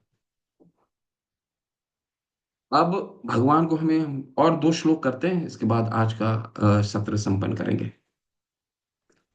अगले 2 श्लोकों में भगवान अपनी, ठीक है, शुरू शुरू में हम भगवान के को समझने के स्तर को नहीं समझ पाते, भगवान को नहीं समझ पाते, भगवान उसके लिए भी उपाय दे रहे हैं। ठीक है, कोई बात नहीं, तुम मुझे अभी शुरू में नहीं समझ रहे हो इसलिए भगवान ने 7वें अध्याय में नहीं कहा मन मना भव मत भक्तो मध्याजी माम नमस्कुरु। 9वें अध्याय में पहुंचेंगे, पहले समझा देंगे कि तुम हरे कृष्ण करने का जो मंत्र कहा जाता है, तो शुरू में हमें विश्वास नहीं होता कि इसको करने से इतनी ये महामंत्र क्यों है। मंत्र नहीं है, ये सभी मंत्रों का राजा है, इसलिए कहा जाता है महामंत्र। ठीक है, लेकिन महामंत्र तक पहुंचने के लिए इस हम क्या कर सकते हैं, भगवान ने उसके लिए भी उपाय बताया कि ठीक है, शुरू में मेरा मेरा चिंतन नहीं कर सकते हो, मन मना नहीं हो सकता, तुम एक काम करो, तुमको मैं प्रकृति में हर जगह दिख सकता हूँ, हर जगह तुम मुझे देख सकते हो। कैसे देख सकते हो, रसो अहम अपसु कौन्तेय प्रभास्मि शिशूर्यो प्रणवः सर्ववेदेषु शब्द कय पुरुषम निषु। रसो अहम अपसु कौन्तेय, भगवान कहते हैं मैं जल का स्वाद हूं, जल का स्वाद हूं। जल का स्वाद हूं का क्या मतलब हुआ, जल का स्वाद हूं का मतलब हुआ कि विज्ञान जो है वो क्या कहता है जल को, कि वो जल जो है उसमें कोई स्वाद नहीं होता, स्वादहीन है, और उसमें का ओडरलेस और कलरलेस विज्ञान कहता है जल को। भगवान कह रहे हैं लेकिन आपके पास कोई भी जल रख दिया जाए, जब आपको प्यास लगती है, आपके सामने कोई कोल्ड ड्रिंक्स रख दे, कोई कुछ भी रख दे, परंतु वो जो तृप्ति है, तृप्ति सिर्फ और सिर्फ जल दे सकती है। भगवान कहते हैं मैं वो, अगर तुम शुरू में मुझे नहीं समझ सकते, ऐसे समझो, जो जल ग्रहण कर रहे हो, उस जल को जो तुम्हें तृप्ति प्रदान कर रही है, वो मैं हूं, वो शक्ति मैं हूं। अभी भगवान अपनी विभूतियों के बारे में बता रहे हैं। ये विभूति को और विस्तार करेंगे 10वें अध्याय जब हम पहुंचेंगे, तो भगवान 80-84 विभूति बताएंगे वैसे। ठीक है। शुरू में जब भगवान को हम नहीं देख पाते, हम कहते हैं ना, कई लोग कहते हैं कि अरे दिखाओ भगवान, भगवान अगर तुम साकार रूप है तो दिखाओ भगवान कहाँ है। भगवान बता रहे हैं, शुरुआत में अगर तुम नहीं समझते तो देखो मेरी शक्तियों को रूप में मुझे देख सकते हो। जो तृप्ति प्रदान करती है वो मैं हूं, वो जल का स्वाद मैं हूं। प्रभास्मि शशि सूर्य हो, ये सूर्य का उदय होना, एक दिन सूर्य ना निकले, मान ले ठंडे अभी नॉर्थ में कई जगह सूर्य का उदय नहीं होता है, पूरे दिन बादल छाए रहते हैं। ठीक है, कैसा महसूस होता है पूरा दिन। भगवान कहते हैं प्रभास्मि शशि सूर्य, सूर्य का उदय नहीं होना, जो शशि सूर्य और चंद्रमा, ये दोनों का जो रोशनी हमारे जीवन में कितना महत्व रखता है। ठीक है, एक दिन नहीं आने से, मान लीजिए चंद्रमा किसी दिन नहीं हो तो कैसा, चंद्रमा की रोशनी नहीं हो तो कैसा, सोच करके देखिए कैसा लगेगा हमारा पूरा शाम रात कैसा लगेगा, अंधकार। ठीक है, तो भगवान कह रहे हैं कि ये जो सूर्य की रोशनी है, चंद्रमा की रोशनी है, ये मेरे शक्ति के रूप में जानो। प्रणवः सर्व वेदेषु, ओम, जो यहाँ पे प्रणव किसको कहा गया है, ओम को, ओंकार को। तो कई लोग बोलते हैं कि ओंकार का मतलब भगवान है क्या। भगवान नहीं, भगवान की शक्ति है। अब जैसे उदाहरण के रूप में आप कोई गाड़ी चलाते हैं, अब गाड़ी में कोई ना कोई लोगो फिट होता है, उस लोगो को देख करके आप समझ जाते हैं कि गाड़ी किस कंपनी से बनाया है। ठीक है, परंतु वो लोगो अपने आप में गाड़ी नहीं होती। ठीक उसी तरह ओम जो है भगवान की शक्ति है, लोगों की तरह। इससे हम ये सूचना प्राप्त होती है कि ये भगवान की शक्ति, जैसे लोगो उस कंपनी का शक्ति होता है। ठीक है, आप टाटा की गाड़ी चला रहे हैं, किसी मारुति की गाड़ी चला रहे हैं, तो एम देख करके आपको पता चल जाता है कि ये इसकी शक्ति है। ठीक उसी तरह ओम जो है भगवान की शक्ति है, भगवान नहीं है। हरे कृष्ण कृष्ण कृष्ण हरे हरे, हरे राम राम राम हरे हरे, ये भगवान ही है, ये भगवान हो। परंतु ओम क्या है, भगवान की शक्ति है। यहाँ भगवान बता रहे हैं प्रणव सर्ववेदेषु, शब्द क्या है, पुरुषम निरुषु, आकाश में ध्वनि और मनुष्य में सामर्थ्य में पुरुषम निशु। ठीक है, किसी में टैलेंट होता है, भगवान कहते हैं वो, अभी हम तो यहाँ पे कह रहे हैं भगवान की ये टैलेंट होता है, बहुत लोगों में कुछ वो विशेष टैलेंट, हर में टैलेंट होता है, कोई विशेष गुण होते हैं। भगवान कहते हैं वो गुण मैं हूँ। तो इसका हमें साक्ष्य कहाँ प्राप्त होता है, साक्ष्य प्राप्त होता है मान कि अर्जुन जब भगवान अपनी लीला को समाप्त करके पलायन कर जाते हैं, तो अर्जुन जब उनकी रानियों को लेकर के आते हैं, तो अर्जुन यदुओं से हार जाते हैं, सामान्य यदुओं से हार जाते हैं। वो अर्जुन जिन्होंने शिव जी को प्रसन्न किया था अपने शस्त्र के चलाने से, शिव जी ने उन्हें पशुपतास्त्र दिया था। ठीक है, वो अर्जुन सामान्य यदुओं से हार जाते हैं। क्यों, इसीलिए क्योंकि भगवान, अर्जुन के पास जो शक्ति थी वो भगवान की दी हुई शक्ति थी। अब वो शक्ति का जरूरत नहीं था, युद्ध विजय हो गया था। और वो शक्ति अर्जुन को गोधाम में ले जाने के लिए सहायक नहीं होने वाला था, तो वो हार गया। ठीक है, तो ये जो हर में एक गुण होता है ना, किसी में बहुत गुण होता है, कभी भी हमें ये क्यों बताना चाह रहे हैं भगवान यहाँ पे, हमें अहंकार नहीं होना चाहिए। कोई बहुत तेज होता है, पढ़ने में तेज होता है, कोई किसी चीज में तेज होता है, कोई, भगवान कह रहे हैं कि ये जो गुण है ये मेरी शक्ति है, उस शक्ति को मेरे लिए लगाओ। ये अहंकार की वस्तु नहीं है कि ये अहंकार, ये शक्ति से हमने ये किया, हमने वो किया। शब्द क्या है, पुरुषम नृषु, ये मैं हूं। ये अंतिम श्लोक करते हैं, मैं पृथ्वी का आद्य सुगंध और अग्नि की ऊष्मा हूं, मैं समस्त जीवों का जीवन तथा तपस्वियों का तप हूं। हमारा जीवन ही, श्रील प्रभुपाद एक बहुत श्लोक को बहुत बार बोलते हैं वो है क्या, तपो दिव्यम। हमारा जीवन जो है तपस्या के लिए बना है। इसीलिए ये, चाहे आप भौतिक जगत में अगर सफलता प्राप्त करना चाहते हो तो भी आपको तपस्या करना पड़ेगा। कोई एक छात्र को अपने शिक्षा में उत्तीर्ण करना है तो भी उसे तपस्या करना पड़ेगा।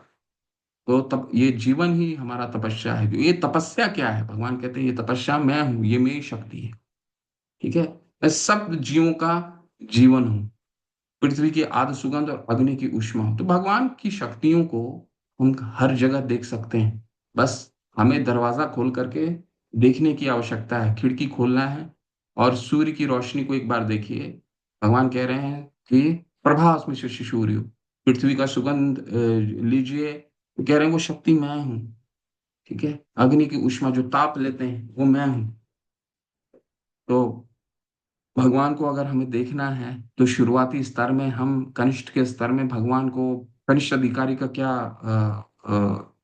भक्तों के तीन तीन तरीके के भक्त होते हैं, आपने पढ़ा होगा। एक जो शुरू करता है भक्ति, उसको कनिष्ठ बोला जाता है।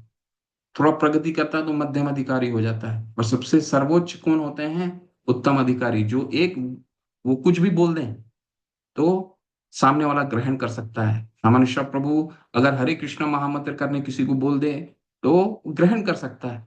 ठीक है, शिला प्रभुपाद एक ऐसे जगह कृष्ण कृष्ण को उन्होंने स्थापित किया जहां पे कृष्ण का के भी नहीं, क भी नहीं जानता था कोई।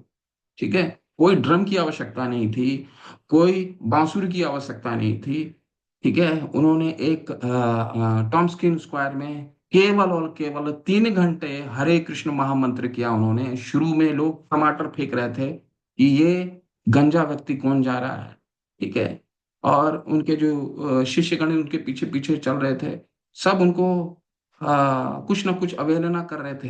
लेकिन शिला प्रभुपाद ने कुछ नहीं किया। वो टॉम्स्किन स्क्वायर के पार्क में गए, सिर्फ एक करताल थी हाथ में, उस करताल से उन्होंने 3 घंटे हरे कृष्ण कृष्ण कृष्ण हरे हरे 3 घंटे भजन किया। और उस भजन किया, आप देख सकते हैं, टॉम यूट्यूब में मारिए वो टॉम्स्किन स्क्वायर का वो भजन, वो संगीत। और केवल एक नहीं, करीबन 10,000 लोग आए, और सामान्य लोग नहीं, वहां के मेयर भी आ गए हैं, सिर्फ वो तीन हरे कृष्ण महामंत्र, वो हरे कृष्ण महामंत्र सुनने के लिए। तो एक महाभागवत जो सबसे उत्तम अधिकारी होता है, उसकी शब्दों में बहुत शक्ति होती। ठीक है, तो जब तक हम कनिष्ठ के स्तर पे रह रहे हैं, तब तक भगवान को देखने और समझने के लिए हम इन शक्तियों का इस्तेमाल कर सकते हैं। भगवान को जल के स्वाद के रूप में देख सकते हैं, अग्नि की ऊष्मा के रूप में देख सकते हैं, सूर्य और चंद्रमा की रोशनी के रूप में देख सकते हैं। भगवान हर जगह है। ठीक है, भगवान ऐसा नहीं, छठे अध्याय में श्लोक आता है ना, वो श्लोक क्या है, मुझे स्मरण नहीं आ रहा है वो श्लोक कौन सा है, 6th अध्याय का, अगर आप लोग को स्मरण बताइए। एनीवे, ठीक है, छठे अध्याय का 37 श्लोक या 36वां श्लोक होगा, जिसमें भगवान कहते हैं कि मैं हर जगह हूँ और मेरे भक्त मुझे हर जगह देख पाते हैं। ठीक है, हम सुबह नरसिंह आरती भी करते हैं तो ये कहते हैं ना, बहिर नृसिंहा हृदय नृसिंहा, यतो यतो यामि ततो नृसिंहा। मैं यहाँ भी हूँ, मैं अंदर भी हूँ, बाहर भी हूँ, इधर भी हूँ, उधर भी हूँ। है ना, भगवान हर जगह है, लेकिन हमको नहीं दिखाई पड़ते। तो हमको शुरू में देखने के लिए क्या है, भगवान का शक्ति का, हम भगवान ने सब अरेंजमेंट कर रखा है हमारे लिए। ठीक है, तो शुरू शुरू में हो सकता है हमें समझ ना हो, भगवान हर जगह ना दिखते हो, तो शक्तियों को देख सकते हैं। ठीक, हरे कृष्ण। श्रील प्रभुपाद की जय। आज हम यही विराम देते हैं। अगले सत्र में हम यहाँ से शुरू करेंगे और फिर पीपीटी भी देखेंगे। हरी हरी, हरे कृष्ण कृष्ण कृष्ण हरे हरे, हरे राम राम राम हरे हरे। कोई कुछ जोड़ना चाहते हैं, कुछ समझना चाहते हैं, इन्हीं का कोई प्रश्न है? हरे हरे कृष्णा कृष्णा प्रभु प्रभु जी। जी। हरे हरे। प्रभु जी आप पूछिए। आप पूछिए माता जी, आप पूछिए। ओके। अब हरे कृष्णा प्रभु जी। प्रभु जी ये जो भी हमने श्लोका पढ़ा, रसो कौनते वाला, 8वां वाला श्लोक, तो उसमें चिंत्य भेदा भेद के बारे में भी बताया गया। तो एक बार वो क्लियर कर देंगे आप, तत्व के लाता। चिंता भेदा भेद समझने के लिए अगले स्तर अगले क्लास में आएंगे। 2 मिनट में नहीं समझा पाऊंगा आपको, ठीक है। चिंता भेदा ठीक है भेद प्रभु। तत्व है। अभी अभी तो आपको बताया, भगवान तो हर जगह है। तो नहीं, हमें नहीं दिखते हैं, तो यही अचिंता भेदा भेद है। नरसिंह आरती हम करते हैं तो क्या है, यतो यतो यामी ततो नरसिंहा, भगवान यहाँ भी है वहां भी है। ठीक है, ईशोपनिषद में कहा गया है, तदेजति तन्ने जति तद दूरे तदवंतिके तदंतरस्य सर्वस्य सर्वस्य अस्य बाह्यता। मैं धाम में भी हूँ, तदेजति मैं चलता भी हूँ, मैं नहीं भी चलता हूँ। यह है चिंता भेदा भेद। तदेजति तन्ने जति तद दूरे तदवंतिके, मैं दूर भी हूँ और निकट भी हूँ, हमारे हृदय में भी है। ईश्वर सर्वभूतानां हृदय से अर्जुन तिष्ठति। अर्जुन को क्या कहते हैं कि मैं हृदय में भी हूँ।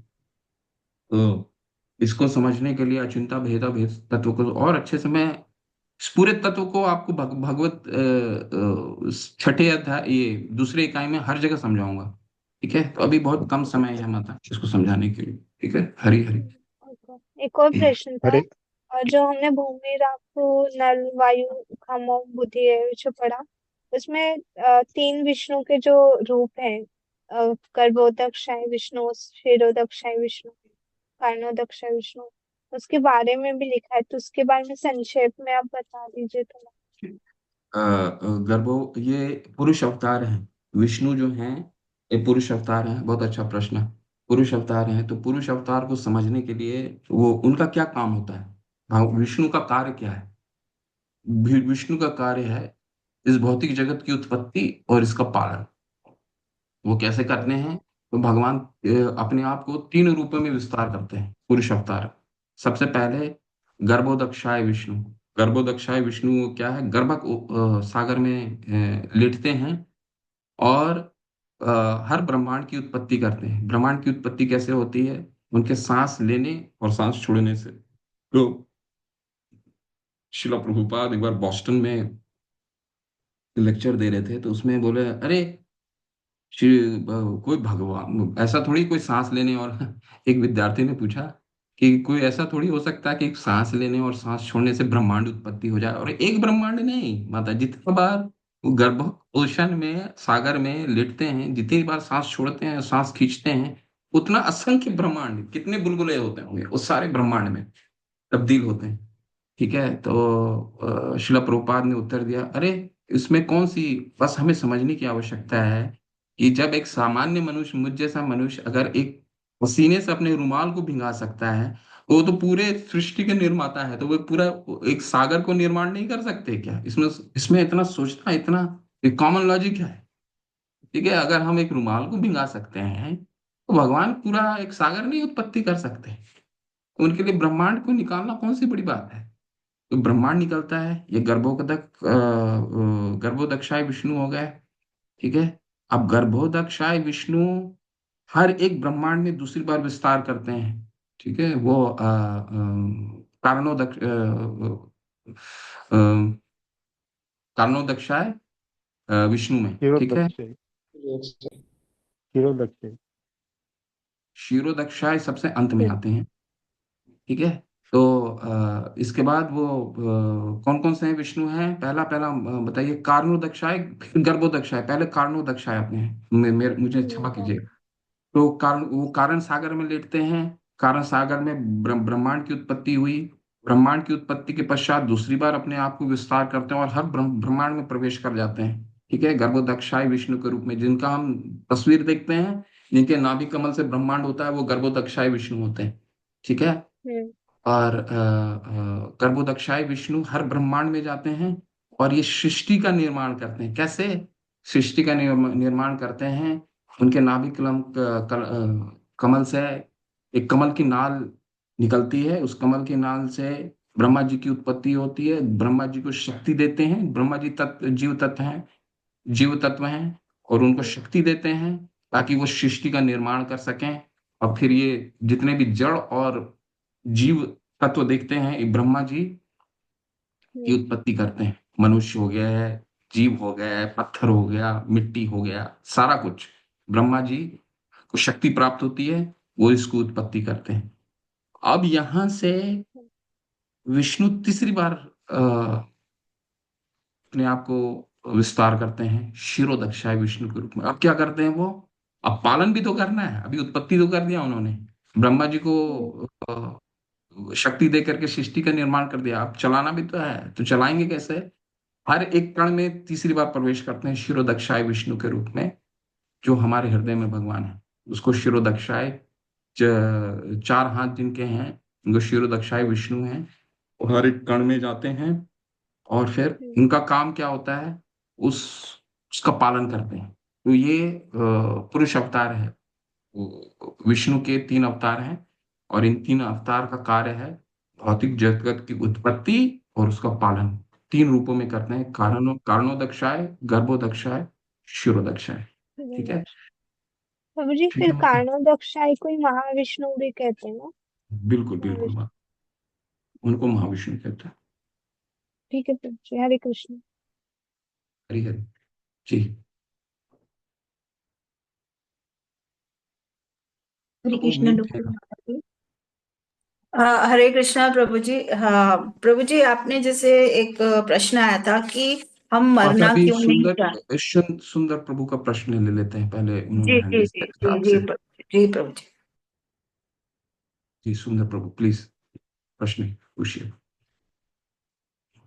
सुंदर कृष्णानी प्रभु, हरे कृष्णा, प्रभु जी अनम्यूट आप करें। अनम्यूट नहीं हो। हरे कृष्णा प्रभु जी, दंडवत प्रणाम। हरे कृष्ण, धन्यवाद प्रभु। प्रभु जी बस थोड़ा सा अनुरोध ये था कि आप अपना थोड़ा सा परिचय दे देते। मेरा नाम है मेरा भौतिक नाम है रितेश प्रसाद, और मेरा आध्यात्मिक नाम है जो मेरे गुरु ने दिया है, ऋतु ऋतु दीपेश्वर गौरदास। मेरा नाम लेने में लोगों को बहुत दिक्कत होती है, परंतु दिक्कत नहीं होनी चाहिए। क्यों? इसीलिए कि जब आपने नवदीप मायापुर का नाम सुना होगा, नवदीप, नवदीप में जी 9 द्वीप हैं। जी नौ प्रभु। द्वीप में एक ऐसा द्वीप है जहां चैतन्य महाप्रभु 6 ऋतुओं को सिर्फ वृंदावन में और नवद्वीप में एक ऐसा द्वीप है जिसमें 6 ऋतुओं को अगर भगवान को एंजॉय करना रहता है तो वो ऋतु द्वीप में जाते हैं। तो जी ऋतु प्रभु। द्वीपेश्वर, मेरा नाम है ऋतु द्वीपेश्वर गौरदास। ठीक है, ये मेरा पहचान है प्रभु। जी प्रभु। और मेरे बारे में कुछ जानना चाहते हैं प्रभु? प्रभु जी ये पूछना चाह रहा था कि जैसे आपने भी भक्ति शास्त्री के बाद आप कौन सा आपने भी कोर्स किया हुआ है? प्रभु मैं भक्ति शास्त्री किया हूँ, और भक्ति वैभव वैभव। जी प्रभु। का स्टूडेंट हूँ। प्रभु जी बड़ा खेद हुआ, आज लिंक थोड़ा सा गड़बड़ था, मेरे ख्याल से काफी लेट ज्वाइन कर पाए, इसके लिए क्षमा चाहता हूँ। हरे कृष्ण प्रभु।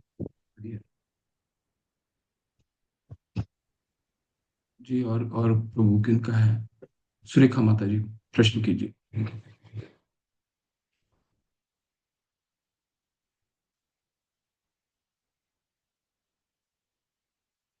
सुरेखा माता जी, प्रश्न आपका।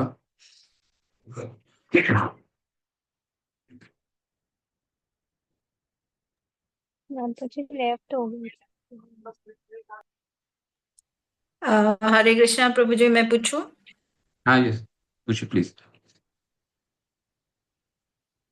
प्रभु जी, अपने अभी चैप्टर में हमने पढ़ा कि हम मरना क्यों नहीं चाहते, आपने जैसे पूछा हमसे, तो हमें उस चीज का थोड़ा सा विस्तार में और बताएंगे, क्योंकि वो थोड़ा कम समझ में आ रहा है। क्योंकि हम मरना इसलिए नहीं चाहते क्योंकि माता, हमारा स्वरूप आत्मा का है। ठीक है, भगवान तो शाश्वत है, तो हम भी शाश्वत हैं, तो भगवान मरते नहीं हैं। तो जबकि आज भगवान क्या कह रहे हैं, अप्रेयम इतस्तन्य प्रकृति विद्धि में परम, मैं, ये जितने भी जीव हैं मेरी शक्ति है। तो शक्ति का क्या मतलब हुआ? शक्ति का मतलब ये हुआ कि जो भगवान के थोड़े सा गुण है वो हम में भी है। ठीक है, क्योंकि भगवान शाश्वत हैं, भगवान मरते नहीं हैं, तो हमें भी वो शाश्वत प्रवृत्ति आती है, हम भी मरना नहीं चाहते। ठीक है, लेकिन लेकिन जब तक हम शारीरिक स्तर पे रहते हैं, हम भयभीत रहते हैं कि हमारी मृत्यु तो आने वाली है। जिस दिन हम आत्मा के स्तर पे सोचने लग जाते हैं, जिस दिन हम अपने भगवत गीता को अपने जीवन में उतारेंगे, उस दिन हमें शरीर और आत्मा का भेद समझ में आएगा, और आत्मा के स्तर में जैसे ही हम पहुंचेंगे तो हमें उस शाश्वतता का अनुभव भी होने लगेगा। ठीक है। तो हम मरना इसीलिए नहीं चाहते हैं माता, क्योंकि भगवान नहीं मरते, और भगवान के अंश होने के कारण हम भी नहीं मरना चाहते। ठीक है। प्रभु जी, अब जैसे आपने बताया ये चीज, लेकिन ये चीज तो हम एक क्योंकि हम शास्त्रों का अध्ययन कर रहे हैं, इसलिए महत्वता पर पता चल रही है कि हम क्यों मरना नहीं चाहते। परंतु जो साधारण जीवन जीते हैं लोग, जो शास्त्रों का अध्ययन नहीं करते, उनके लिए क्या बोला जाएगा? तो फिर वो तो भौतिक जगत में ही रहते हैं, इसलिए वो इसलिए मरना नहीं चाहते, क्योंकि वो भौतिक प्रवृत्ति में हर गुण को मतलब सजोना चाहते हैं, इसलिए मरना नहीं चाहते।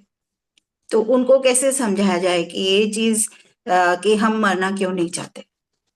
इसीलिए तो शिला प्रभुपाद आप जैसे सैनिक को तैयार कर रहे हैं, ताकि भक्ति शास्त्री करें और आप उनको समझाएं, पढ़ाएं कृष्ण के बारे में। जबकि देखिए, जब तक शारीरिक हमारे में इतनी चिंता हमें क्यों रहती है, विचलित विचलित क्यों रहता है, भयभीत हम क्यों रहते हैं? भय का कारण क्या है? भय का कारण सिर्फ एक होता है, असफलता।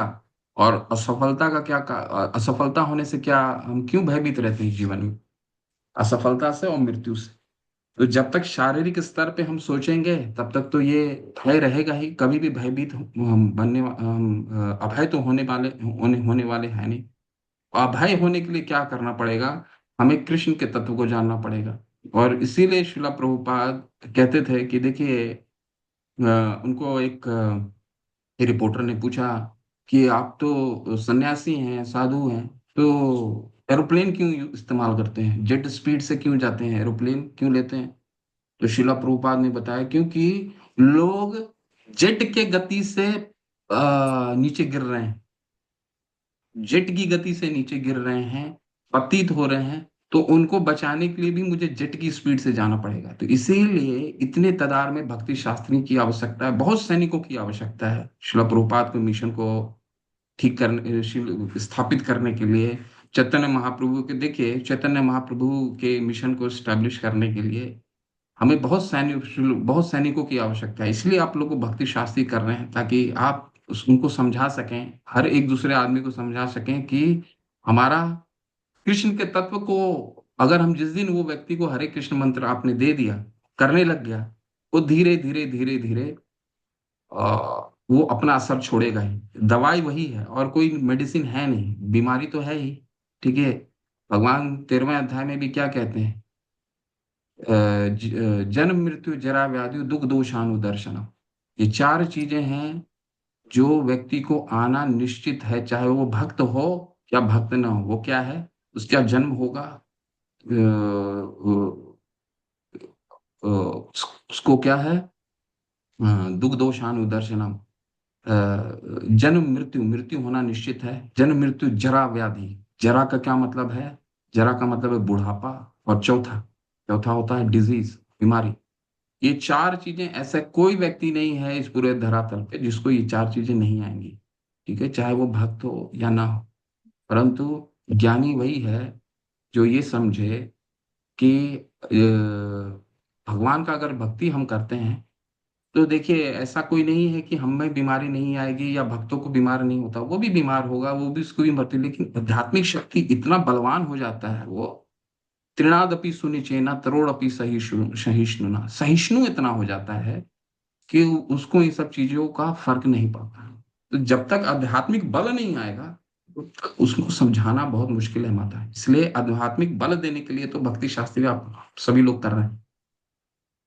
जी ठीक है। प्रभु जी। जी प्रभु जी, धन्यवाद प्रभु जी। हरि। हरे कृष्णा प्रभु जी। और कोई प्रश्न है कि नहीं का? हरे कृष्णा प्रभु जी, दंडवत प्रणाम। प्रभु जी, एक अनुरोध था। एक्चुअली क्लास का टाइमिंग क्या है, ये बता सकते हैं क्या? क्योंकि थोड़ा सा मेरा 6 जॉब भी बजे रहता है से तो है निकलना प्रभु। होता है। बिल्कुल, मैं जी समझता हूँ। भैया। नहीं, छह एंड आज का लंबा टाइम। खींच गया है। छह आज लंबा खींच गया। वो मैं क्षमा प्रार्थी हूँ। मैं भी जल्दी खत्म करना चाहता हूँ। 7 सवा 7 तक खत्म कर देंगे। ठीक है। आज कभी कभी थोड़ा सा बढ़ जाता है, लेकिन 7:15 7:20 तक की कोशिश करेंगे इसको संपन्न कर दें, समाप्त कर दें। ठीक है। ओके। मैं अनुरोध किया था कि शाम को कक्षा होने से अच्छा है, परंतु ठीक है, जैसा सेवा मिल जाए।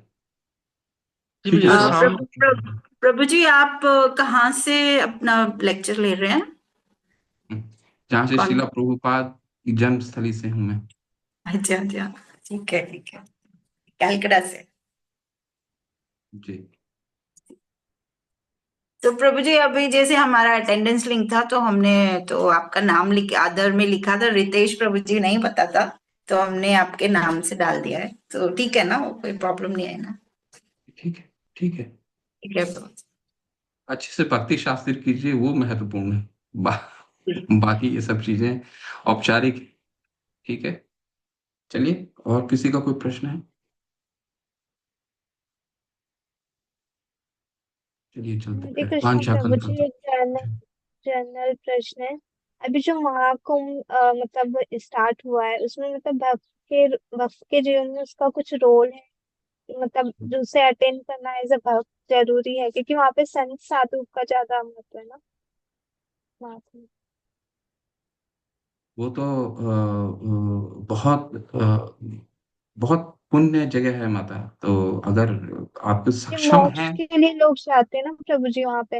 अब भक्त तो कभी भी मोक्ष नहीं चाहते, भगवान की सेवा चाहते हैं, मुझे जहाँ तक पता है प्रभु जी।